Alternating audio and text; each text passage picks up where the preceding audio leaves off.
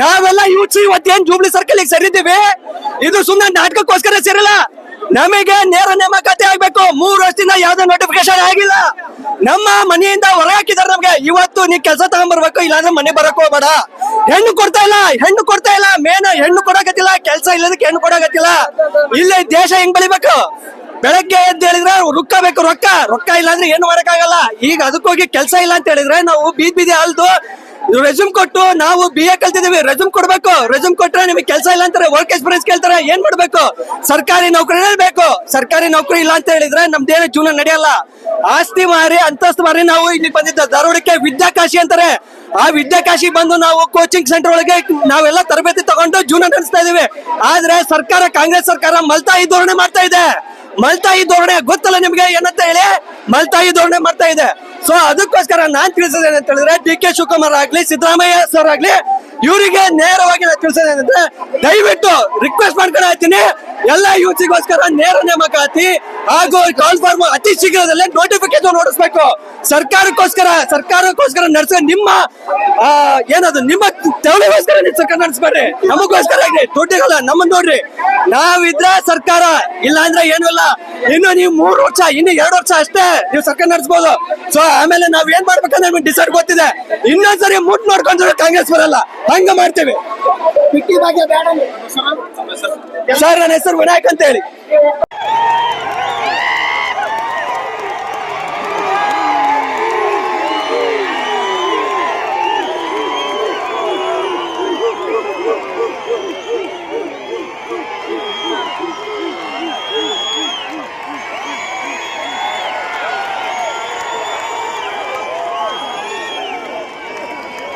ಎಲ್ಲರೂ ಕೊಡಿ, ಭಿಕ್ಷೆ ಕೊಡಿ,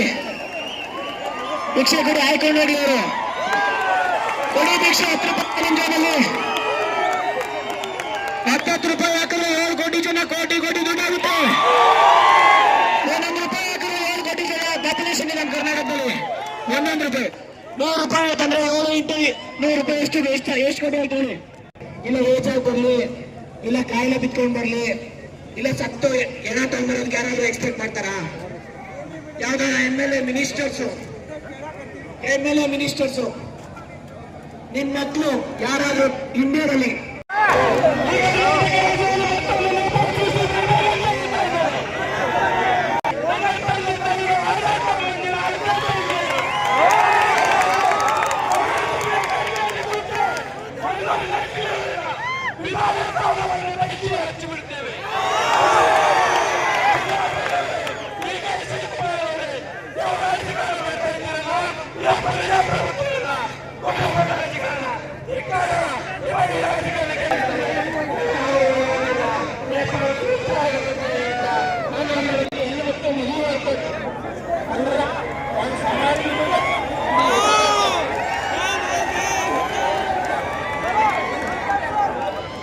ನಮ್ಮ ಹೋರಾಟ ರೈತರ ಒತ್ತಡದಲ್ಲಿ ಹೋರಾಟ ಮಾಡ್ತಿದ್ದೀವಿ.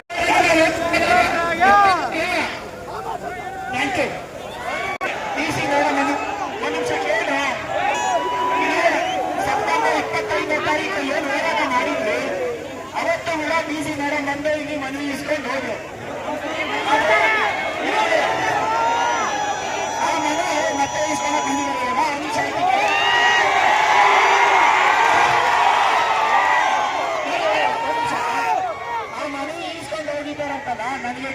FTA STA ಇರೋಂಥದ್ದು ತುಂಬಾ ಜನ ಗೊತ್ತಿದ್ದಾರೆ. ಅವ್ರು ಏನ್ ಮಾಡಿದ್ರಂತೆ ಅಂತಂದ್ರೆ, ನನಗೆ ನಿನ್ನೆ ಮೊನ್ನೆ 2-3 ದಿನ ಮುಂಚೆ ಗೊತ್ತಾಯ್ತು. ಎಲ್ಲ ಹಾಕಿದ್ರೆ ಅದನ್ನ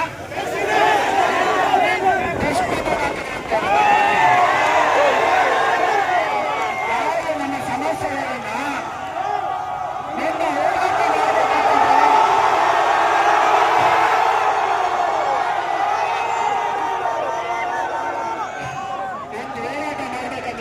ಎಷ್ಟು ಪರಿಶ್ರಮ ಇರುತ್ತೆ, ಎಷ್ಟು ಜನಕ್ಕೆ ದೇವರು ಸಸಿ ಇಲ್ಲಿ ಒಂದು ಎಕ್ಸಾಮ್ ತಗೊಳ್ಬೇಕು ಅಂತಂದ್ರೆ, ಒಂದು ಎಕ್ಸಾಮ್ ಪಾಸ್ ಆಗ್ಬೇಕಂದ್ರೆ ವರ್ಷಾನುಗಟ್ಟಲೆ ಹಗಲು ರಾತ್ರಿ ಊಟ ತಿಂಡಿ ನೀರು ನಿದ್ದೆ ಎಲ್ಲ ಬಿಟ್ಟು ಓದ್ತಾ ಇದ್ದು ಒಂದು ರೆಕ್ರೂಟ್ಮೆಂಟ್ ಮಾಡಿ ಅಂತ ಹೇಳಿ ಅಷ್ಟು ದೊಡ್ಡ ಮಟ್ಟದ ಹೋರಾಟ ಮಾಡಿ DC ಅವರು ಮನವಿ ಕೊಟ್ಟರೆ ಅದನ್ನ ಡಸ್ಟ್ಬಿನ್ ಹಾಕಿದ್ದಾರೆ ಅಂತಂದ್ರೆ ನಮಗೆ ಎಷ್ಟು ಕೈ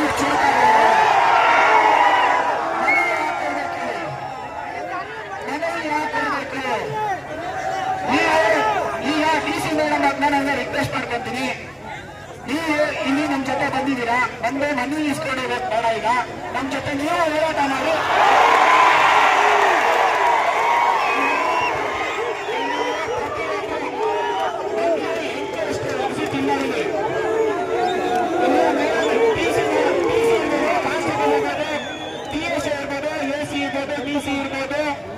ಯಾರೇ ಆಗ್ಲಿ ಕಮಿಷನರ್ ಆದ್ರೆ ಬಂದ್ರೆ ದಯವಿಟ್ಟು ರಿಕ್ವೆಸ್ಟ್ ಮಾಡ್ಕೊತೀನಿ, ಯಾರು ಹತ್ರ ಮಾಡ್ಬೇಡಿ.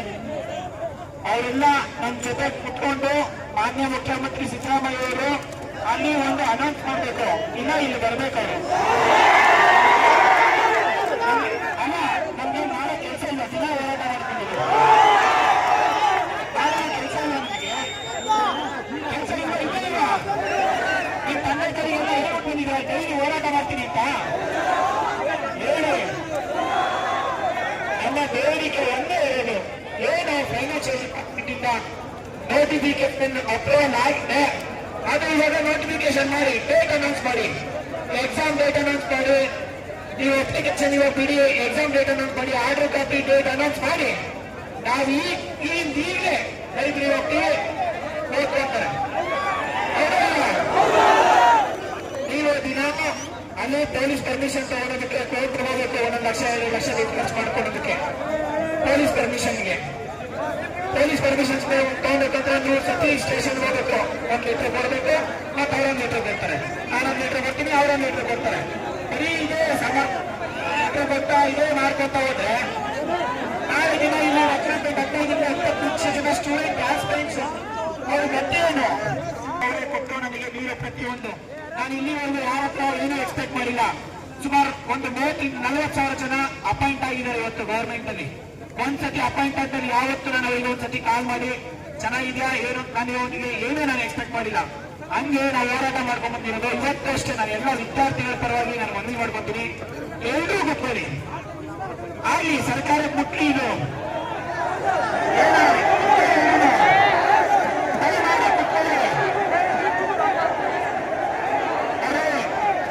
ನಿಮ್ಮ ಭವಿಷ್ಯ ಇವತ್ತು ನಿರ್ಧಾರ ಆಗಬೇಕು. ನಿಮ್ಮ ಭವಿಷ್ಯ ನಿರ್ಧಾರ ಆಗ್ಬೇಕಂತಂದ್ರೆ ಸರ್ಕಾರ ನೋಟಿಫಿಕೇಶನ್ ಮಾಡಬೇಕು.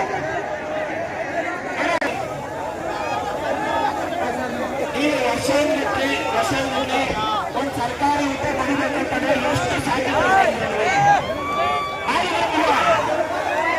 ಮಾಡಿದೀವಿ ತಂದರೆ ಇವತ್ತು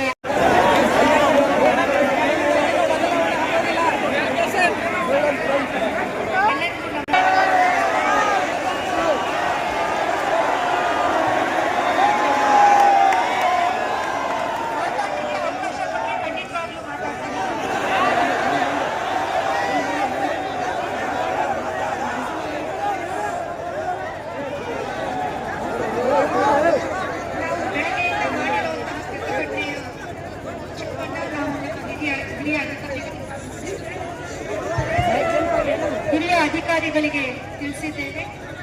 ಶೀಘ್ರದಲ್ಲೇ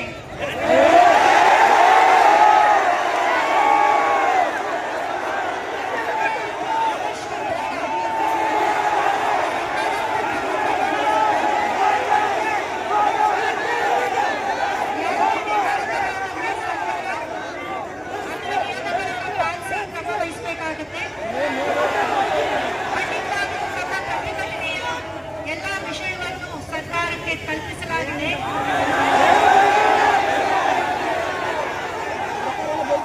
ಎಲ್ಲರ ನೋವು ನನಗೆ ಅರ್ಥ ಆಗುತ್ತೆ.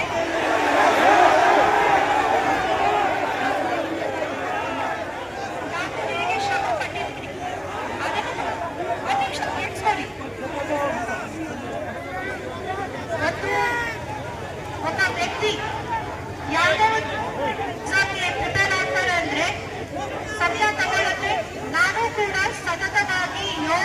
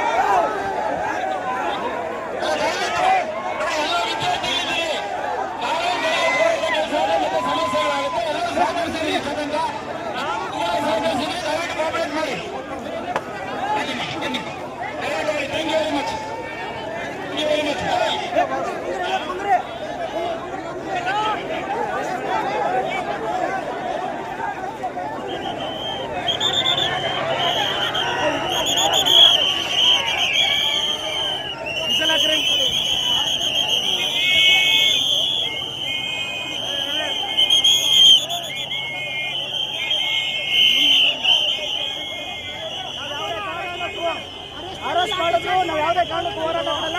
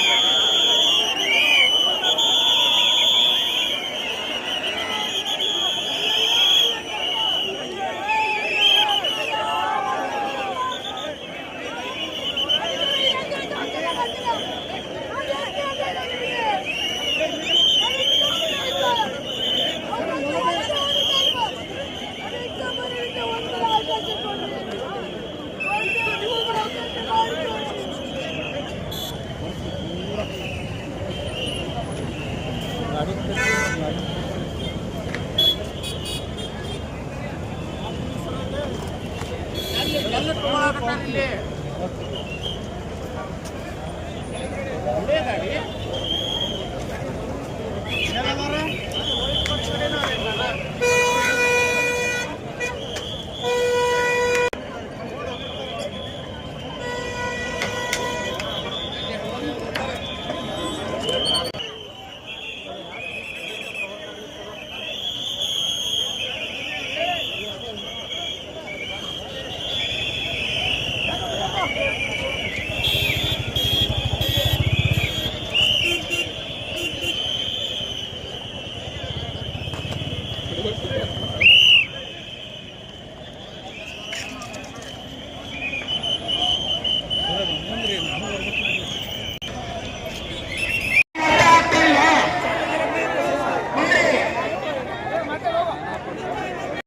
ಸುಮಾರು 3 ವರ್ಷಗಳಿಂದ ಅಧಿಕಾರದಲ್ಲಿ ಬಂದರೂ ಕೂಡ ಯಾವುದೇ ರೀತಿಯಾಗಿರ್ತಕ್ಕಂಥ ನೇಮಕಾತಿ ಮಾಡಿಲ್ಲ.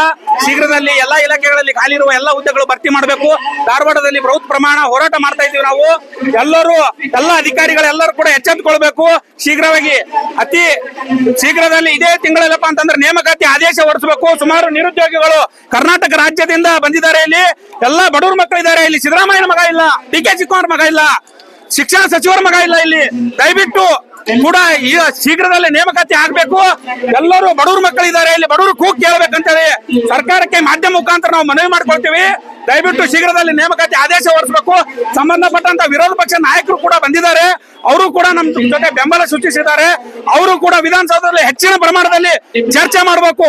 ಯಾಕಪ್ಪ ಅಂತಂದ್ರೆ ಅವರು ಕೂಡ ನಿದ್ದೆ ಮಾಡ್ತಾ ಇದ್ದಾರೆ ಅಂತ ಹೇಳಿ ಎಲ್ಲ ಹುಡುಗರು ಅಂತ ಇದ್ದಾರೆ. ದಯವಿಟ್ಟು ಬಿಜೆಪಿ ಆಗಿರ್ಬೋದು, ಜೆಡಿಎಸ್ ಆಗಿರ್ಬೋದು, ಕಾಂಗ್ರೆಸ್ ಆಗಿರ್ಬೋದು, ಎಲ್ಲ ನಿರುದ್ಯೋಗಿಗಳಿದ್ದಾರೆ. ನಿರುದ್ಯೋಗಿಗಳ ಪರವಾಗಿ ಅಲ್ಲಿ ಧ್ವನಿ ಎತ್ತಿ ಎಲ್ಲರಿಗೆ ಉದ್ಯೋಗ ಭಾಗ್ಯ ಕೊಡಬೇಕು. ದಯವಿಟ್ಟು ಗ್ಯಾರಂಟಿ ಭಾಗ್ಯಗಳಲ್ಲಿ ಮನೆಗಿದೆ ಸರ್ಕಾರ. ಉದ್ಯೋಗ ಭಾಗ್ಯ ಬೇಕಾಗಿದೆ. ಒಂದು ಉದ್ಯೋಗ 1000 ಸಮಸ್ಯೆಗಳಿಗೆ ಪರಿಹಾರ ಅಂತೇಳಿ ನಾನು ಹೇಳಕ್ ಇಷ್ಟಪಡ್ತೀನಿ. ದಯವಿಟ್ಟು ಶೀಘ್ರದಲ್ಲೇ ಬಡವರಿಗೆ, ಮಕ್ಕಳಿಗೆ, ಬಡವರ ಮಕ್ಕಳು ಏನಿದ್ದಾರೆ ಎಲ್ಲರಿಗೆ ಉದ್ಯೋಗ ಭಾಗ್ಯ ಕೊಡ್ರಿ. ಶೀಘ್ರದಲ್ಲೇ ಖಾಲಿ ಇರುವ ಎಲ್ಲ ಹುದ್ದೆಗಳು ಭರ್ತಿ ಆಗ್ಬೇಕಂತ ಮಾಧ್ಯಮ ಮುಖಾಂತರ ನಾನು ಮನವಿ ಮಾಡ್ಕೊಳ್ತೀನಿ. ಎಲ್ಲ ಪೊಲೀಸ್ ಸಿಬ್ಬಂದಿಗಳು ಸಪೋರ್ಟ್ ಮಾಡಿದ್ದಾರೆ. ಎಲ್ಲರಿಗೂ ತುಂಬ ಧನ್ಯವಾದ ಸಲ್ಲಿಸ್ತೀನಿ.